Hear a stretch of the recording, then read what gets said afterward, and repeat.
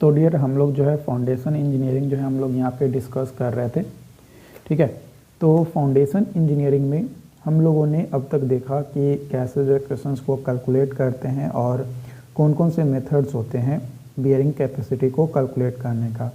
तो उसी में अब हम लोग बात करेंगे field method to determine bearing capacity, है ना।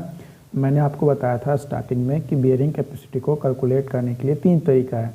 पहला आपका जो एनालिटिकल मेथड था वो, जिसमें हम लोग रंकाइंस एनालिसिस देखे, फिर टरजागी साहब ने जो एनालिसिस दिया वो देखे, फिर हम लोगों ने देखा कि मेयरहॉफ्स ने जो एनालिसिस किया वो देखे, फिर स्किम्पटन्स ने जो एनालिसिस किया वो देखें। तो ये एनालिसिस जो है हम लोगों ने देखा। इसके बाद फिर हम लोग जो है आईएस कोड प्रोविजंस जो था, जो इंडियन गवर्नमेंट है उसके द्वारा, उसमें जो कुछ डिपार्टमेंट्स है जो कि यूज करती है बियरिंग कैपेसिटी को कैलकुलेट करने के लिए। फिर उसके बाद आपका तीसरा जो था वो था फील्ड मेथड। तो आज हम लोग जो है अब जो स्टार्ट करने वाले हैं वो फील्ड मेथड ही बात करने वाले हैं। तो फील्ड मेथड जो है 3 तरीके से जो है कैलकुलेट किया जाता है, plate load test, standard penetration test और स्टैटिक कोन पेनिट्रेशन टेस्ट। तो सबसे पहले बात करेंगे प्लेट लोड टेस्ट के बारे में। तो प्लेट लोड टेस्ट यानी एक प्लेट रख देते हैं थोड़ा सा गड्ढा करके, है ना, और उस प्लेट पे हम लोग जो है या तो मैनुअली या फिर जैकिंग की मदद से उस पर जो है लोड लगाना स्टार्ट करते हैं, ठीक है। तो जब लोड लगाना स्टार्ट करते हैं तो हमें पता चलता है कि हाँ भाई इतना लोड जो है ये बियर कर सकता है, इतना लोड में जो है ये अंदर धंस जा सकता है, इतना लोड रहेगा तो ये ठीक रहेगा। इस तरीके की जो है मेजरमेंट यहाँ से किया जाता है। यहाँ पे आप फिगर में देख पा रहे होंगे कि ये जो है बेस प्लेट का ये जो है आपका साइज़ है, बीपी मतलब साइज ऑफ बेस प्लेट, जो कि ये जो गड्ढा है उसका जो विड्थ है ना, वो 5 टाइम्स बीपी से कम नहीं होना चाहिए, ठीक है। इससे ज़्यादा ही होना चाहिए, इससे कम नहीं होना चाहिए जो गड्ढा हम लोग करेंगे वो, क्योंकि हम लोग जानते हैं कि लोड जो है वो डिपेंड नहीं करता है हमारा शेप पे कि शेप क्या है। भाई जितना लोड यहाँ पे लग रहा है अगर उसका उतना ही लोड इधर अगर कर देंगे तो उसी के करस्पॉन्डिंग जो है हमारा लोड भी लगेगा। तो इसको जो है इसमें फिर जो है 3 डायल गेज जो है सेट कर देते हैं बेस प्लेट पे, और ये जो है जैकिंग मैकेनिज्म है, इसमें जो है लोड लगाना स्टार्ट करते हैं। तो लोड जैकिंग जो है इस पर लोड लगाना स्टार्ट करता है और वहाँ से जो है डायल गेज में हमें एक रीडिंग मिलता है। उस रीडिंग की मदद से ही जो है हम लोग पता लगा पाते हैं कि कितना है। ये जो डायल गेज है ये तीनों को, इस 3 डायल गेज जो है लगाएंगे वो इस तरीके से लगाएंगे कि तीनों का जो एंगल है वो कुछ इस तरीके से 120 डिग्री होना चाहिए, ठीक है। 120 डिग्री, 120 डिग्री इस तरीके से। यहाँ पे डायल गेज, यहाँ पे डायल गेज और यहाँ पे डाल गए। उन्हें बेस प्लेट में इस तरीके से इसको सेट करना है कि वो 120 डिग्री पे लगे और टोटल जो है 360 डिग्री बनाए, है ना। यही तो मेन उद्देश्य रहता है हम लोगों का। तो ऐसे जो है आपको करना है।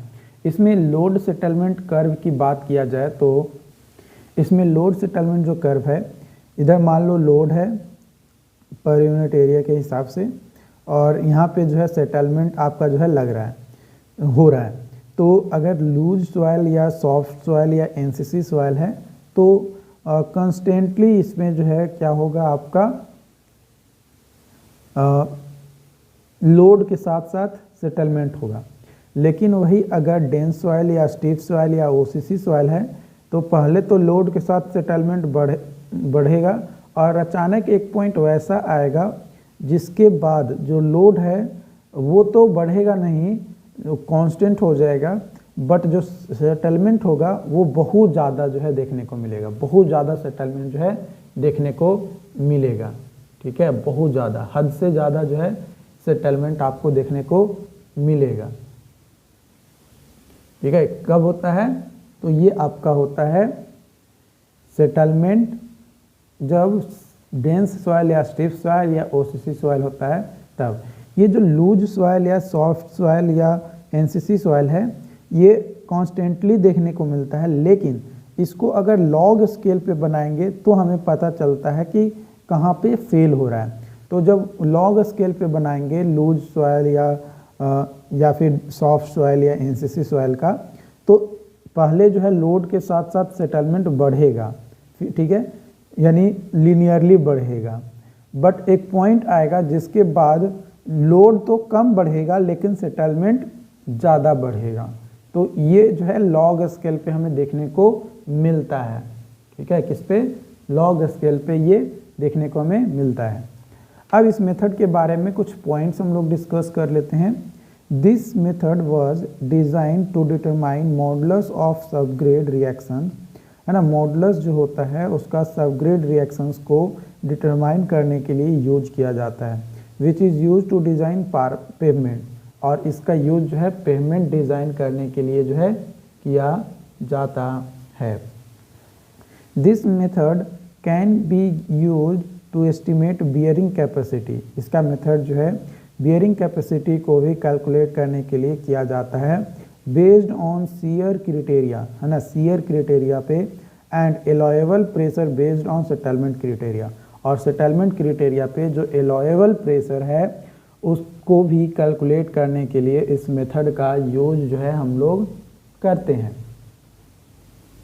ठीक, इसमें क्या होता है कि सबसे पहले जो है एक गड्ढा या पीट जो है बनाते हैं of size not less than 5 times of size of base plate is prepared. जितना भी बेस प्लेट का साइज है उससे, है ना, जितना भी बेस प्लेट का साइज है उससे उसके 5 टाइम्स से कम विड्थ का जो गड्ढा होता है वो हम लोग नहीं करते हैं, उससे मतलब ज़्यादा ही करते हैं, उससे के बराबर हो सकता है बट उससे कम नहीं हो सकता है। वही बोला जा रहा है not less than 5 times of the size of base plate is prepared, मतलब जितना बेस प्लेट का साइज है उससे 5 गुना से कम नहीं होना चाहिए। A base plate of rectangular, a square, circular shape of size 30 cm, 45 cm, 60 cm, 19 cm can be used। जो बेस प्लेट का जो साइज है रेक्टेंगुलर या स्क्वायर या सर्कुलर किसी भी शेप में, उसका जो साइज है यहाँ पे दिया गया 30 सेंटीमीटर, 45 सेंटीमीटर, 60 सेंटीमीटर और 90 सेंटीमीटर, जो कि हम लोग यूज करते हैं। 3 dial gauge are attached at 120 degree each to measure the settlement and average settlement is taken.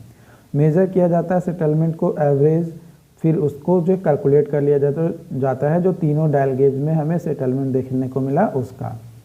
The load is applied through jacking mechanism और load settlement curve is plotted. Load जो है jacking mechanism की मदद से जो है load apply करते हैं बेस प्लेट पे, और जो लोड सेटलमेंट कर्व है उसको प्लॉट करते हैं और उसके करस्पॉन्डिंग ही जो है लोड को क्या करते हैं, कैलकुलेट करते हैं। प्रेशर यानी Q/A is taken on the horizontal axis and settlement is taken on vertical axis. Settlement को जो है वर्टिकल एक्सिस पे लेंगे और प्रेशर यानी लोड को जो है हॉरिजॉन्टल एक्सिस पे रिप्रेजेंट करेंगे। ये रिप्रेजेंटेशन के बारे में भी बता दिया है। The shear failure occurs when plate start settling suddenly with high rate in the case of dense soil where the failure और settlement is progressive in the case of loose soil.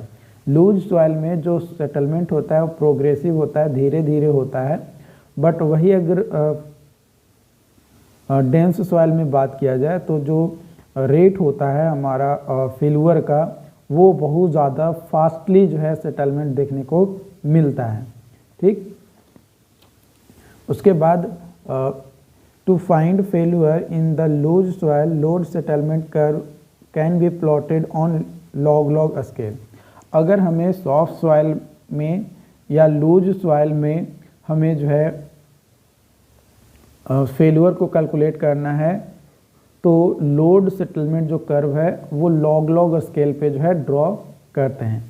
Case one में बात किया जाए तो अगर clay soil होगा तो उस कंडीशन में ultimate bearing capacity does not depend on size of footing, size of footing के डिपेंड नहीं करेगा क्ले सॉइल के लिए, यानी कोहेसिव सॉइल के लिए, प्योरली कोहेसिव सॉइल के लिए। तो QUF is equal to QUP जो कि किलो न्यूटन पर मीटर स्क्वायर है। और अगर सैंडी सॉइल है यानी आपका कोहेजन लेस सॉइल है तो उस कंडीशन में जो अल्टीमेट बियरिंग कैपेसिटी होगा depend on the size of footing, size of footing पे डिपेंड करेगा। तो उस कंडीशन में हमारा QUF is equal to QUP equal नहीं होगा। उस कंडीशन में हम लोग एक अलग रिलेशन जो है कैलकुलेट करेंगे, जो कि आपका रिलेशंस है यहाँ पे QUF by QUP is equal to BF by BP, है ना। इसको जो है यहाँ पे अब हमें अल्टीमेट बियरिंग कैपेसिटी निकालना है फुटिंग का, तो QUF is equal to BF by BP into QUP, है ना। ये फॉर्मूला यूज़ करके जो है कैलकुलेशंस करेंगे, किलो न्यूटन पर मीटर स्क्वायर जो है ये हमारा निकल जाएगा। अब बात करते हैं अगला जो पॉइंट है Housel's analysis. According to Housel, load carrying capacity is influenced by area and perimeter of footing and properties of soil.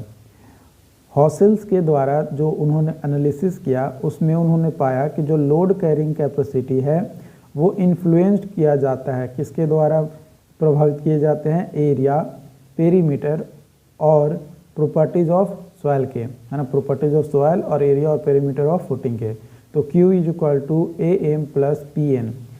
यहाँ पे जो Q, A और P जो है ये ultimate load, area of plate and perimeter of plate को जो है रिप्रेजेंट कर रहा है। तो फॉर फर्स्ट बेस प्लेट के लिए अगर बात किया जाए तो Q1 is equal to A1M plus P1N, A मान लो फर्स्ट इक्वेशन है, और सेकेंड बेस प्लेट के लिए Q2 is equal to A2M plus P2N, ये सेकेंड इक्वेशन है। तो इक्वेशन 1 और इक्वेशन 2 को अगर कैलकुलेट करेंगे, है ना, सॉल्व करेंगे और कैलकुलेट करेंगे हम लोग M और N का वैल्यू, ठीक है। यहाँ पे एज्यूम करना है कि AF जो है एरिया ऑफ फुटिंग और PF जो है पेरीमीटर ऑफ फुटिंग है। तो QF इज इक्वल टू हो जाएगा AFM प्लस PFN, ये जो है हमारा आ जाएगा। तो MN का जो है यहाँ से वैल्यू जो है कैलकुलेट कर लेंगे, इक्वेशन 1 और इक्वेशन 2 को सॉल्व करेंगे तब। तो डियर आज के लिए इतना ही रखते हैं, आगे हम लोग और भी देखेंगे, है ना। तो अगली वीडियोस में हम लोग आगे का जो स्टेप्स है, जो मतलब मेथड्स हैं उसके बारे में डिस्कस करेंगे। यहाँ तक आपको वीडियोस कैसी लगी मुझे ज़रूर बताइएगा चैट बॉक्स में, ताकि आप उससे जो है प्रॉपर मुझे जो है एक आइडिया लग सके कि हाँ मुझे और क्या और बेटर करना है।